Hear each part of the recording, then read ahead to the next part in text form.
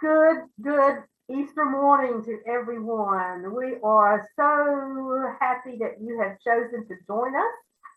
And we're all a little spiffied up this morning with our hats that we decided we would wear for Easter. We're not usually this dressed up, but we thought we would put our hats on today to celebrate Easter. And we are glad you are here with us today as our topic is Seeking Jesus, the Road to Emmaus. But first, we will begin with our announcements. Announcements and upcoming events. So excited for May 1st, and it's only 2 weeks away. And we cannot wait. This is going to be such an inspirational and fun day. So we hope that you are signing up to come. You don't have to have tickets, but we just need an idea of how many folks are planning to attend. So we are asking you to register. And lunch is provided by the outstanding catering service of Nate Turner, Your Custom Catering and Events. They are boxed lunches. And so after the service, we'll enjoy lunch together. And we're just really looking forward to it. So please sign up, invite your friends. Everyone is welcome for this fun day we're planning at Westwood. First time we've been back together since COVID. So we can't wait to see each other. Next Sunday, this is Earth Month, Sunday, April 24th, Aruna Dahamadera of Awakening Truth in Colorado Springs. She is a Buddhist nun, and her focus is on the earth. And she will be joining us by Zoom next Sunday morning. We are nature, and there will be a time to ask questions and to talk with her as well. So you don't want to miss this. That's going to be an exciting Sunday. Earth Month is this coming week. We have several things happening. An ecumenical Earth Day Zoom service, and that is through Green Faith, of which we are a part. The link is on our Facebook page, and that is at 12 p.m. And if you don't see it, message me and I will email it to you. I believe it's also in our newsletter. On April 23rd, we need your help. We're going to celebrate the earth and get Redwood back for an in-person gathering. We have lots of things that need to be done outside as well as inside with hanging artwork that we have and so forth. And lunch will be provided on that day as well. So please join us and help us. And then, of course, I've already mentioned next Sunday, we are nature. So we are celebrating the earth this coming week. Our community garden is doing great. Thomas, would you like to give an update? It's coming along. We've got 2 plots that are planted, and we could use some help watering from time to time. I watered yesterday and Wednesday, and the plants like that. They needed a drink. If you can just volunteer for 1 day a week, that's great, because as summer comes on and the weather gets hotter, we are going to need much more watering. So that is, and the hose and everything's out there. It's really very simple. Just need somebody to go do it. Our food pantry, I think we are still hitting record numbers with people coming to the food pantry. That's what Liz shared with us this week. So we have great needs. You can donate goods, as you see a list here, or you can donate financially. Either one is wonderful because they have to do shopping every week. Some things run out one week and so forth. So either way you would like to help is greatly appreciated. And always welcome volunteers. We need volunteers to come. It's no contact. The people drive up, 2 bags of groceries are put in the trunk of their car, and they drive off. So if they have a special request, like adult diapers or something, then those are brought out to them. So we need volunteers. Come anytime after 3 o'clock, any Wednesday. You are very welcome, and the address is on here on the flyer, and it's also on our Facebook page. We'd love to have you there. Book club is finishing. Reading Feminism is for everybody. We are finishing this coming week. Will be the last week on this book, and we're going to decide what book we're going to read next. So as soon as we let you know, it's a good time to join when we start a new reading. Connect with us. We're on social media, Instagram, Facebook, website. And don't ever hesitate to email or call us. We are here to help. If you have concerns, we want to hear those. If you have suggestions for Wedgwood or anything about the service you want to add, we welcome that. So don't hesitate to ever reach out to us. These are just a few announcements. There are a lot more things going on at Wedgwood, and they are in our newsletter. We try to keep it short on Sundays. If you are not receiving our newsletter, email the church and we will sign you up so you will get our weekly newsletter. It's much more inclusive. And again, I'm the ministerial coordinator. Liz is not here this morning. She's with family. And Ashanti is the music coordinator. And you can reach any of us through this phone number and this email. And if you want to sing one Sunday, I'm sure Ashanti would welcome you to help with the music program. So don't hesitate.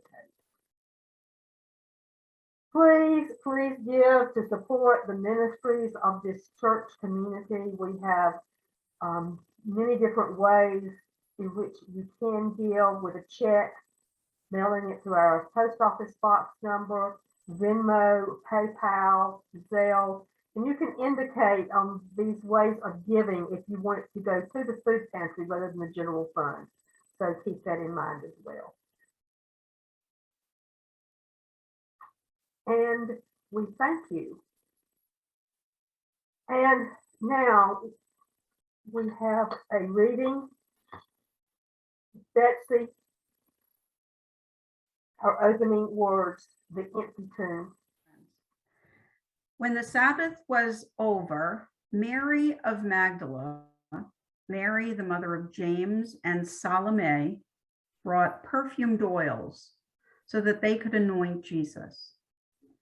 Very early, just after sunrise on the first day of the week, they came to the tomb. They were saying to one another, "Who will roll back the stone from the entrance for us?" When they looked, they found that the huge stone had been rolled back. On entering the tomb, they saw a young person sitting at the right, dressed in a white robe. They were frightened, but the youth reassured them. "Do not be amazed. You are looking for Jesus of Nazareth, the one who was crucified. He has risen. He is not here.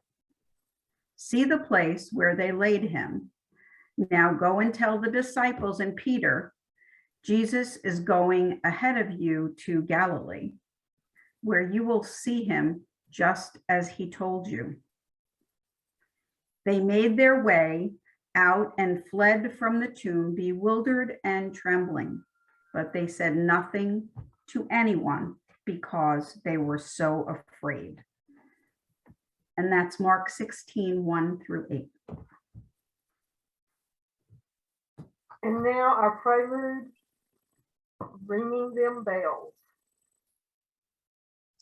What a beautiful song. I think I could listen to that all day. Oh yeah, that's nice. And I am glad that you enjoyed it as well.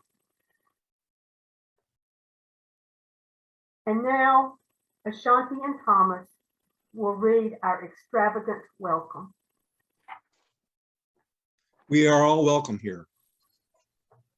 Welcome to a church that works for peace, justice, equality, and care of Mother Earth. An extravagant welcome to you because of your gender identification, sexual orientation, ethnicity, economic situation, physical and mental challenges, doubting or believing, being depressed or full of joy. We are a community of curious and creative spiritual seekers striving to learn and embody the ways of Jesus and other religious leaders. Like Jesus, we focus on the plundered and marginalized as we try to address the major issues of our day. One of the ways we seek to heal the world and ourselves is through sharing parts of our personal story. We We are are all all welcome Welcome here. here. We are all welcome here.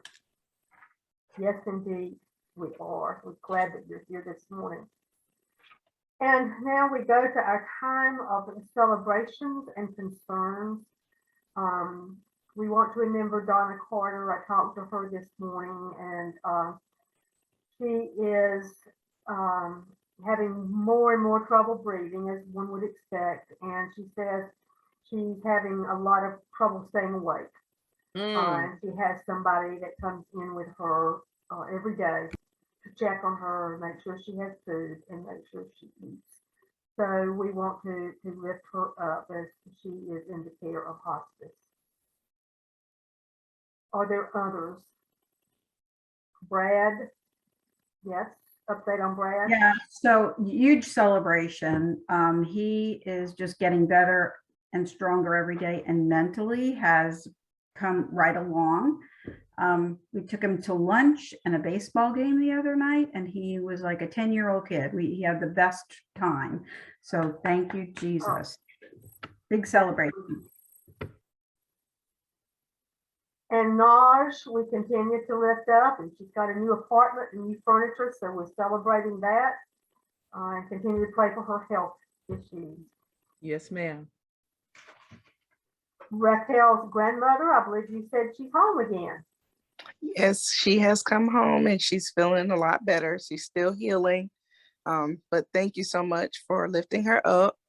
I have another celebration this Thursday. I received a promotion at work, so got some new responsibilities, but I'm really, really grateful and thankful for that opportunity. Oh, that's wonderful. Congratulations. Thank you. And Dr. Finger in Delaware, we continue to remember as she is battling her third time having COVID, and the third time seems to be the worst, and she is fully vaccinated, so take heart. Connie, is there any update or good news on that front? She's just holding her own, but thank you for lifting her up and keeping her in your prayers. I don't think that she'll ever be like she used to be. Mm. And so she's in a rehab center now. She's out of the house. She's been in the rehab center for about 3 weeks or a month now. And her address is in our newsletter this week to send cards. So please reach out and just send a card to her and tell her Westwood's thinking about her. I know that she would appreciate that. Her address is in the newsletter this week. And I think every week we've talked about remembering the entire situation, the war in Ukraine, everyone that's affected by that. There's just so you can't name everything that needs our uplifting and our support and our prayers. And I believe last week Connie mentioned keeping in mind the elections that are coming up in this country and how important they are, and do everything you can that people get out and vote. And Connie talked to us about that last Sunday, because that was part of our message last Sunday. And I think spurred Betsy to sign up to help at the polls. So Connie, thank you for all that you're doing to help with the election process and keeping it fair. Are there other concerns that you'd like to mention this morning?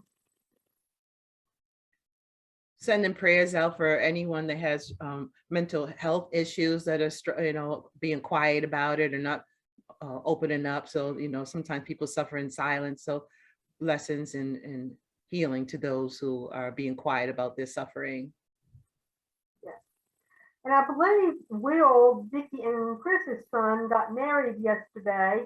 So last Sunday, Vicki had mentioned that we remember them, that they will have a long, happy life together. So let's remember that exciting, special occasion. It was a beautiful day for a wedding yesterday, too. Yes.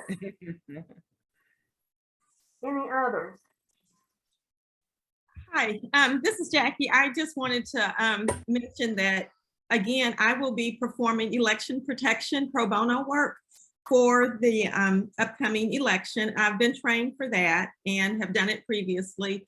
So there will be those of us behind the scenes also working to ensure a fair election. Thank you. Wonderful.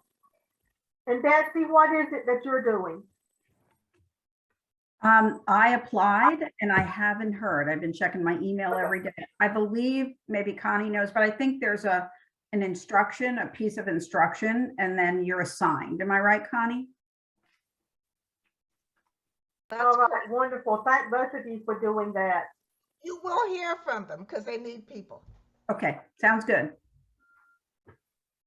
Any other celebrations or concerns? We'll have a time of silence. We are a diverse congregation at Wedgwood, and if you believe in prayer, use this time for prayer.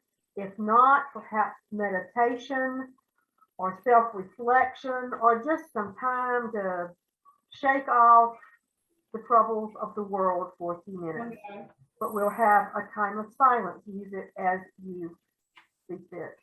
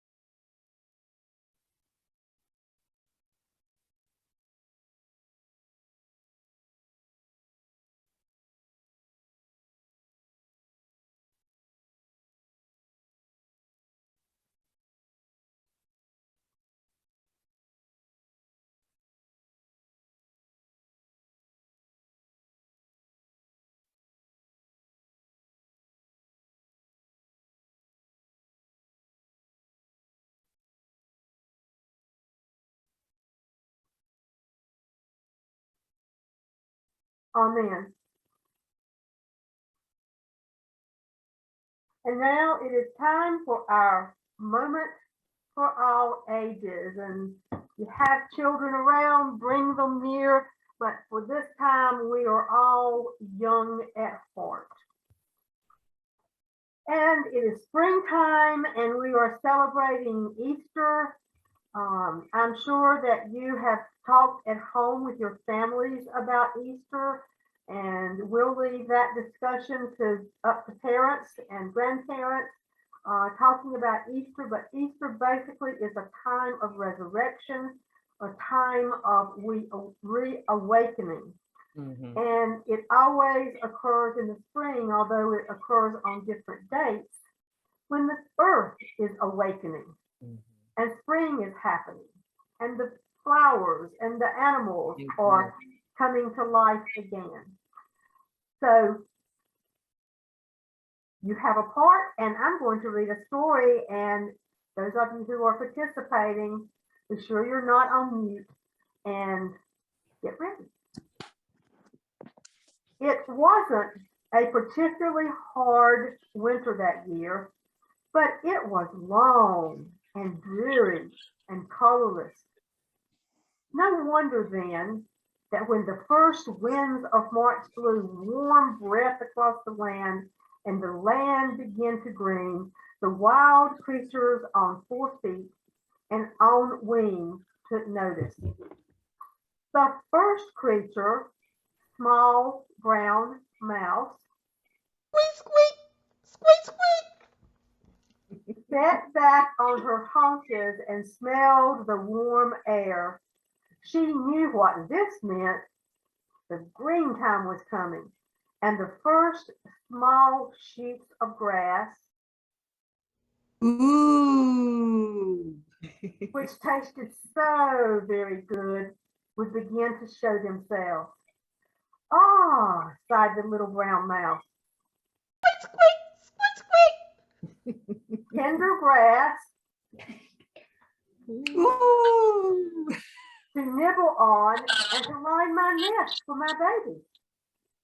The small brown mouse was not the only creature glad to smell spring in the air. The fuzzy-tailed squirrel This girl.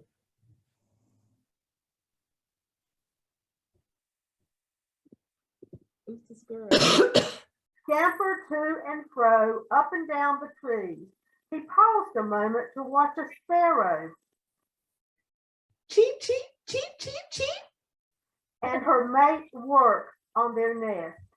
Mrs. Sparrow Cheep, cheep, cheep, cheep, cheep. wanted to line the nest with soft lint and grass Ooh. in a particular way. Mr. Sparrow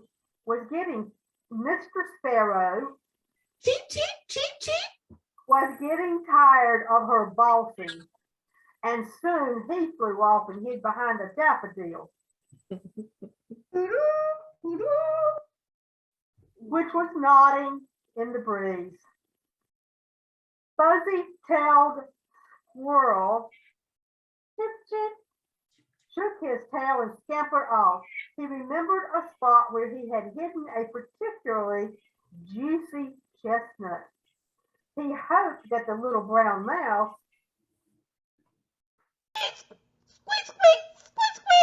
had not already found it. High overhead, Nighthawk Scream, scream. surveyed the land. His favorite tree was still there, and his neighbor fuzzy-tailed squirrel was there too. He passed his winters far to the south, but he was always glad to return home in the spring. The trees were all fuzzy and green with leaves, and the flowering trees were bright with colored petals. And over there were the beautiful daffodils waving and nodding in the breeze. On the edge of the beautiful green grass, Ooh. Mrs. Rabbit Hippy hop. began building a new nest. She digs a small hole and softens it out of hair that she pulls from her own tummy. Mrs. Rabbit Hippity hop. is eagerly awaiting the arrival of her new babies. Mr. and Mrs. Rabbit Hippity hop. run around the lovely green grass Ooh. all day as they eat and wait for their family to arrive. The daffodils wave and nod at them till finally one day the 4 babies arrive, and Mr. and Mrs. Rabbit Hippity hop. are so happy. The warm sun shone down upon the land, upon the grass that glowed with green vigor, upon the little brown mouse as she put the finishing touches on her nest, and upon the daffodils too. Okay, guys coming up too. Daffodils. The sun gave warmth to the wings of the nighthawk Scream, scream. as he soared upon the wind and beamed upon the sparrow Cheep, cheep, cheep, cheep. family as they worked a bit more cooperatively this time on their nest. The sun gleamed at the fuzzy-tailed squirrel as he scampered about and down on Mrs. Rabbit Hippity hop. and her baby. It even glittered upon the pond Plip, plop, plip, plop. far below.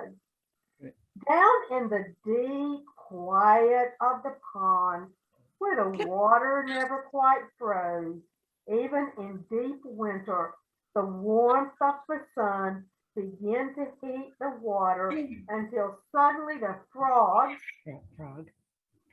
Ribbit.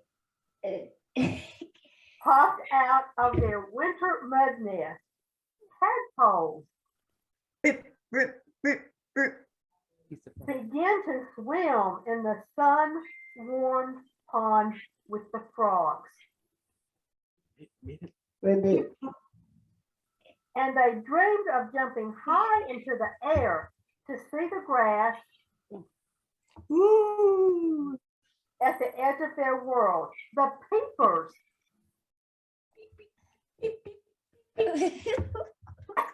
joined the chorus, and the pond added music to the colors of spring with the frogs, Ribbit.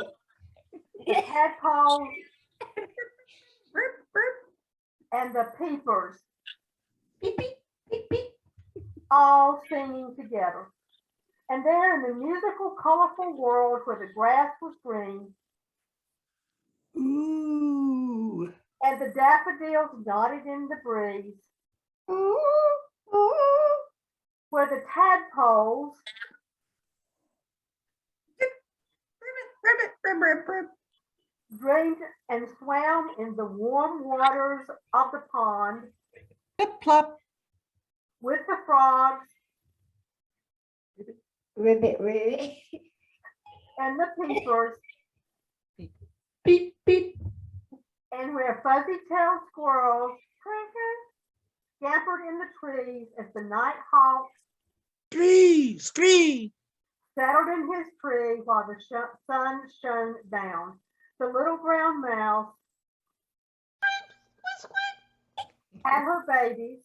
The sparrows laid 4 eggs. Peep, peep, peep, peep, peep, peep. The baby rabbits Hibbity hop. began to peek out from their nest, and what had been the promise of a beautiful spring became the fulfillment of it. Great job, everybody. The Wedgwood Players. Absolutely. All right, thank you, guys. Easter is a joyous time. Even though the date changes, as we said, every year, it's always in the springtime.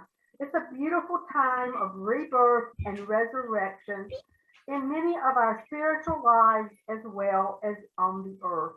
As you see flowers and trees beginning to bud and bloom, as many died during the winter but now come back to life, there's 2 things I want us to remember this week. One is that Jesus told us to care for the earth. And second, that we have rebirth in our own lives too. Last Sunday or Sunday before, we talked about trying to make the right choices. And even though we all try to, sometimes we don't. But there's always starting over again, a rebirth and forgiveness. So let's all remember those 2 things as we celebrate Easter this week. Thank you. And now we have our words of wisdom from Laura.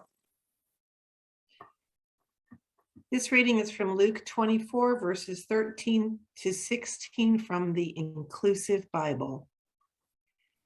That same day, 2 of the disciples were making their way to a village called Emmaus, which was about 7 miles from Jerusalem, discussing all that had happened as they went. While they were discussing these things, Jesus approached and began to walk along with them. However, they did not recognize him, even though he continued to walk and talk with them.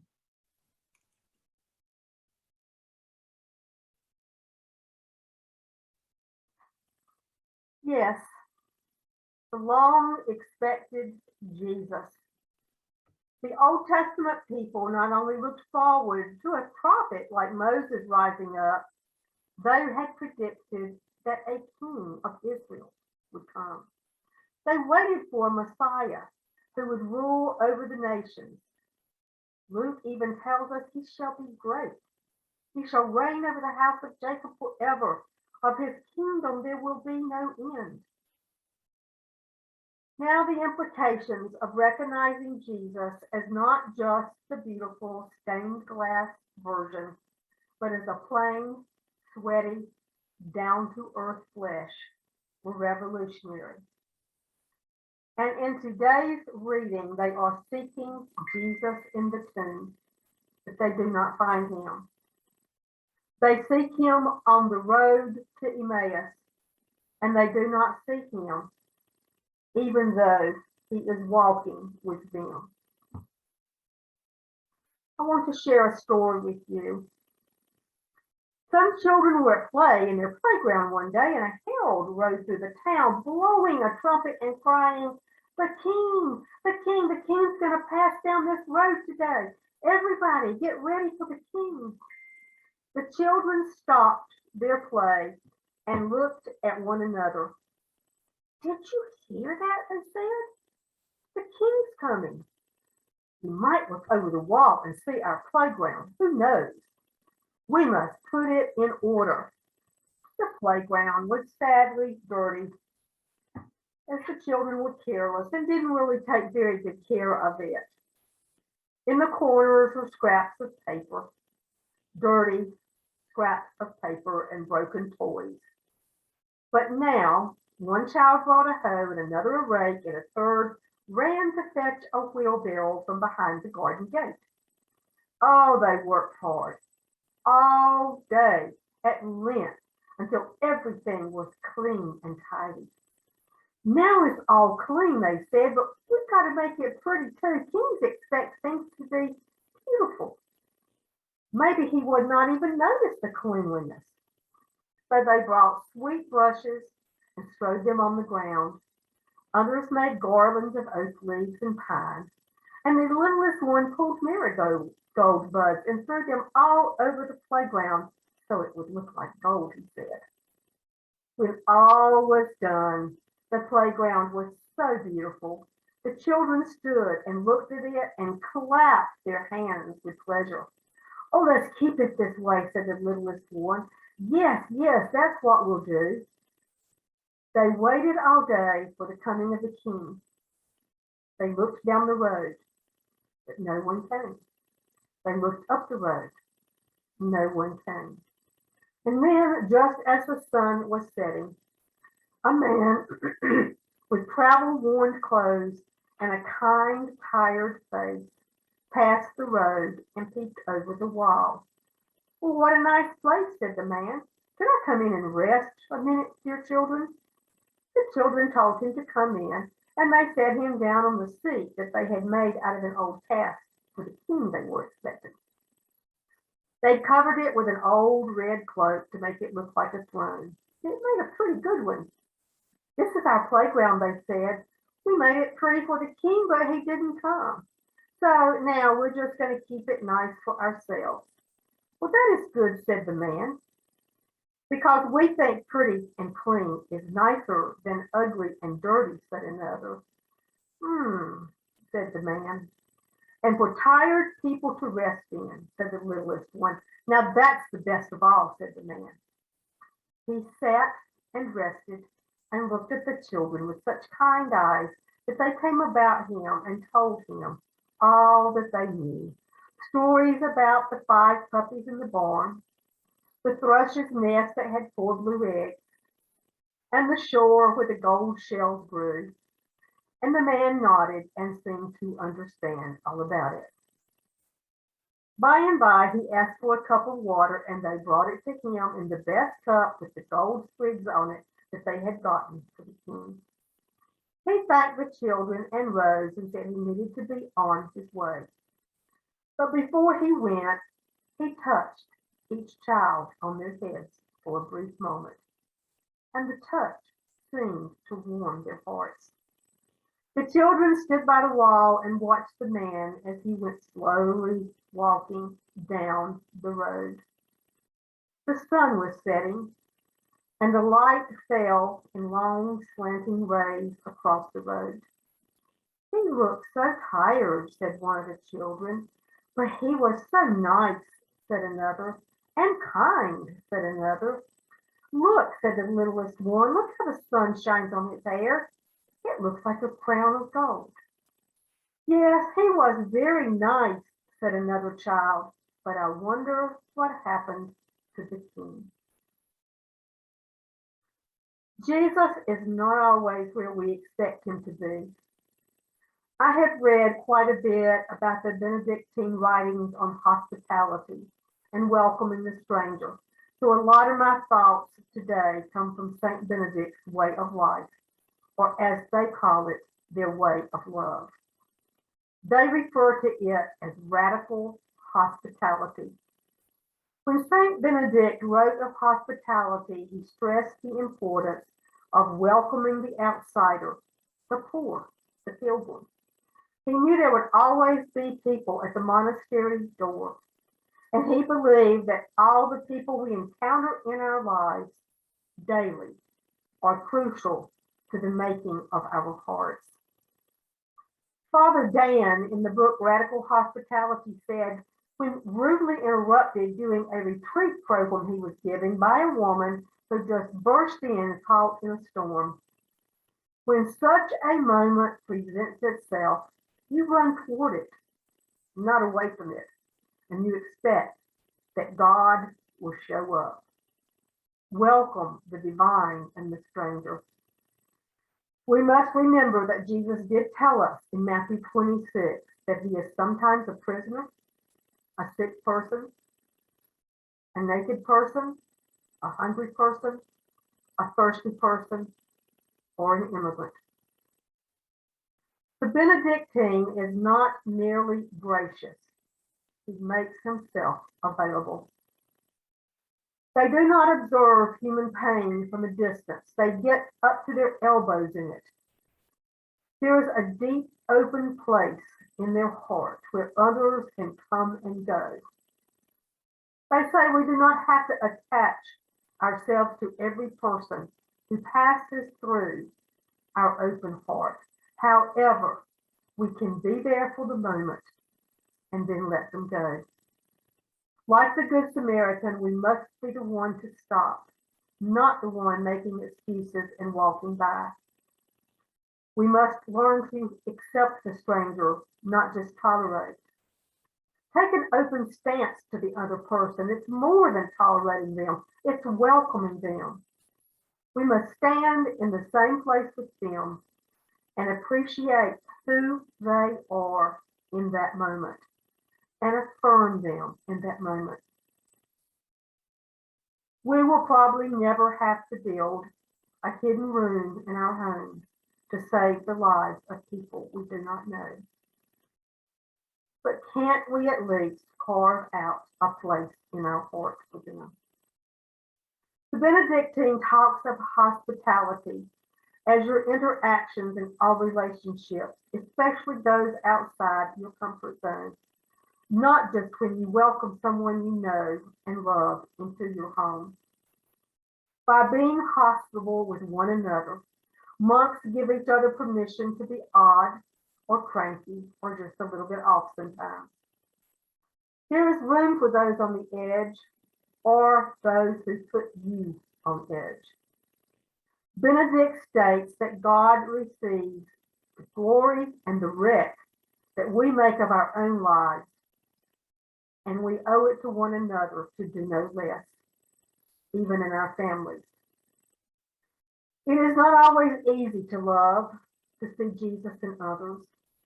People disappoint us even when they're trying to do the best they can. None of us starts out in life mature with everything under control.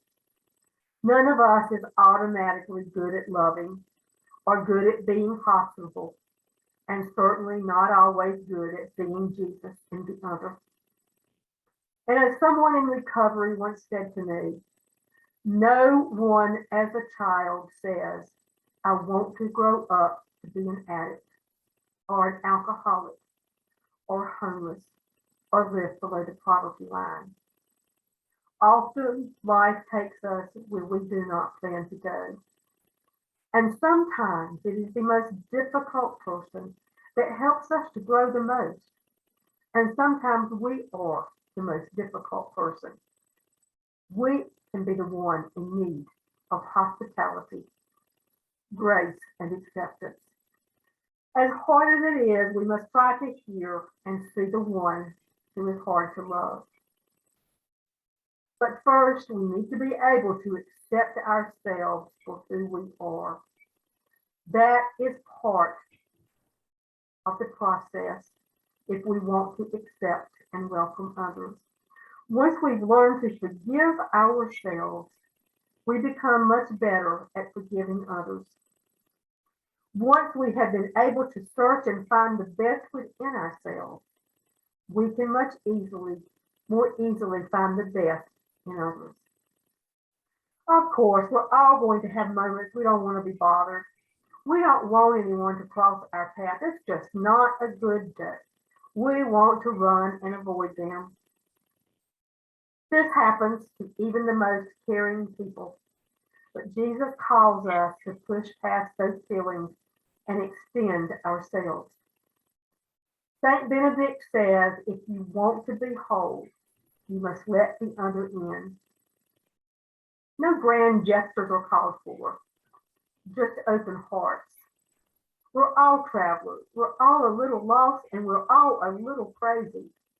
And we're all looking for a place to rest for a while. Life is truly a journey, and we are co-travelers, and we really, truly need each other to get home. We claim to be the home of the brave. Brave people take a risk. You can't ignore people when you're able to see God looking out of their eyes at you. Realize the divine in them.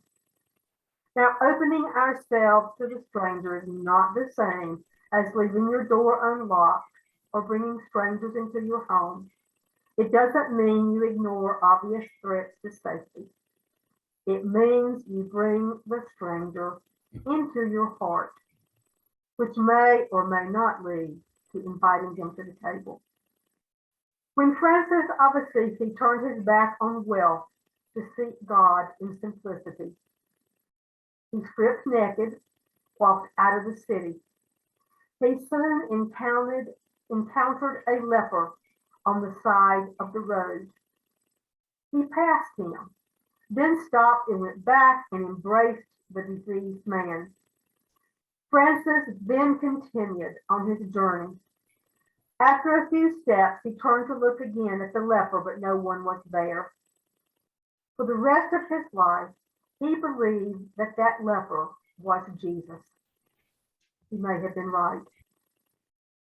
How many people do we pass on the way to work in the morning? How many people do we stand stoically beside on an elevator, only for a brief moment? How many do we ignore, even though we see them every day? Why not a simple smile, a good morning?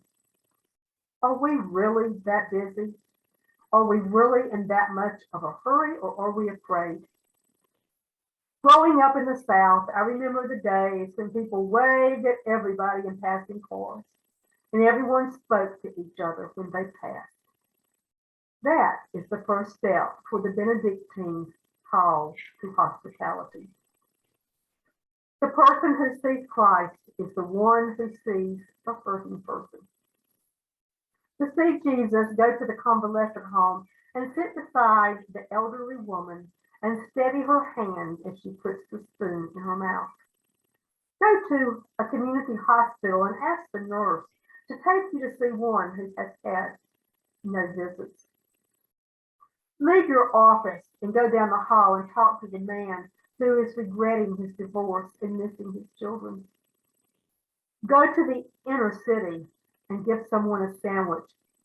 Not a sermon, just a sandwich. Maybe to the bag lady who's made a home out of an overpass. Look into the eyes of that annoying person who lives next door. There is a word I learned recently, sonder, S-O-N-D-E-R.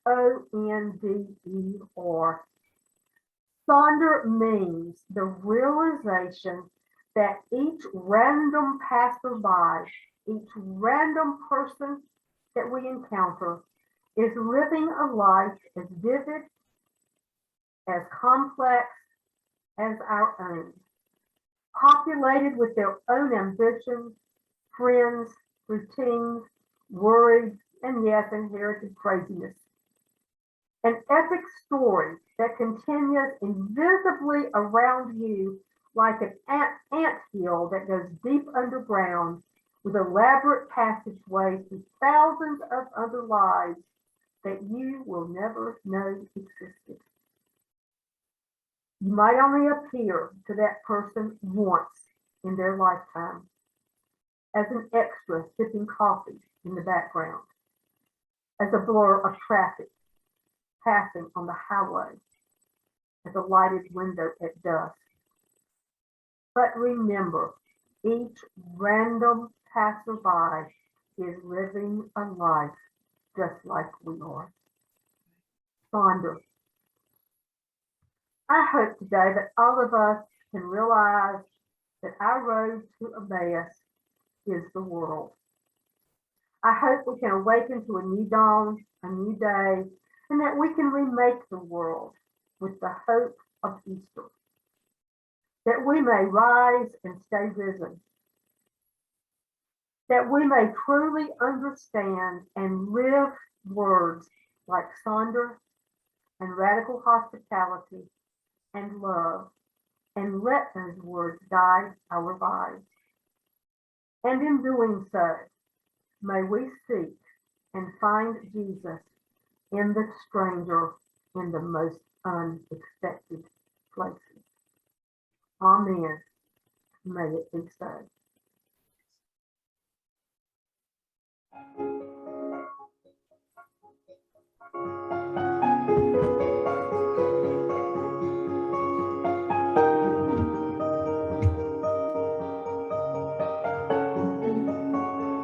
Take me to the King.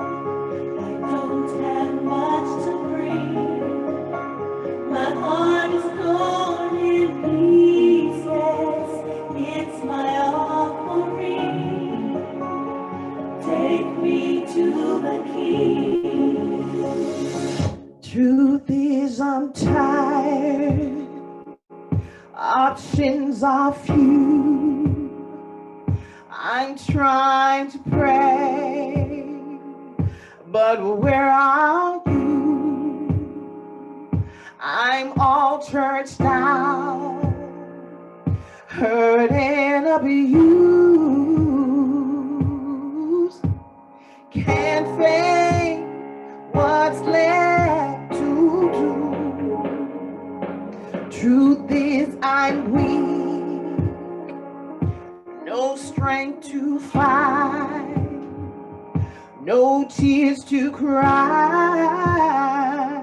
even if I try. But still my soul refuses to die. When death will take my life, take me to the King. I don't have much to bring. My heart's torn in pieces. It's my offering. Leave me at the throne. Leave me there alone. Gaze upon your glory and sing to you this song. Take me to the King.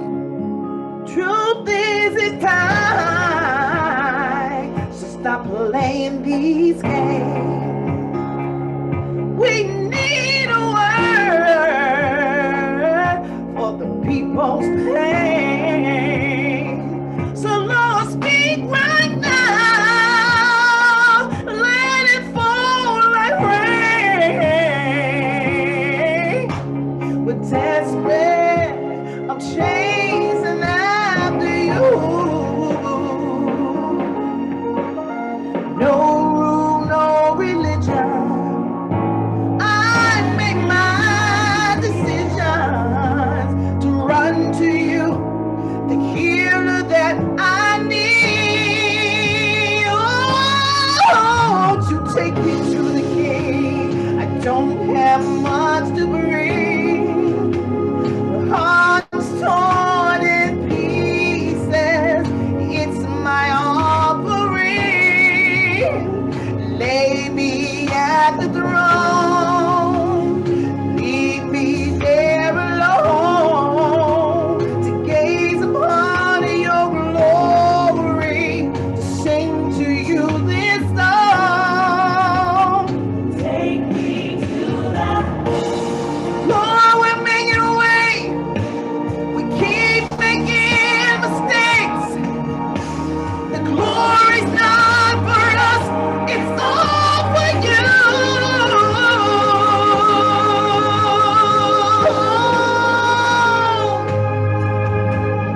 Take me to the King. I don't have much to bring. Heart's torn in pieces. It's my offering. Lay me at the throne. Lay me at the throne.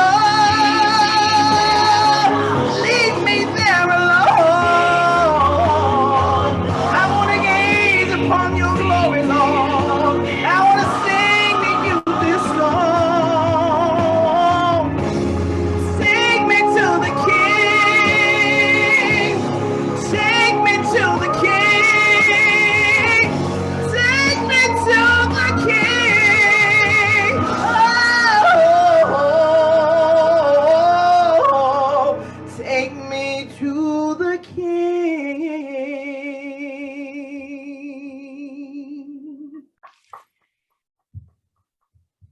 Thank you, Ashanti. Absolutely beautiful. And now our closing. The Easter story is a story of awakening. But what does it mean for us? We need to be open to awakening. Start looking up, not down. Start listening, not stopping up our ears. Tasting before we swallow. Smelling the flowers, not just passing them by. Feeling deeply rather than numbing ourselves to the daily routine. We must awaken ourselves to listen, to think, to see in brand new ways. May we reflect on our weaknesses and where we have failed to see Jesus, and find and seek Jesus in the most unexpected places with new eyes. Amen. Amen. Ashe.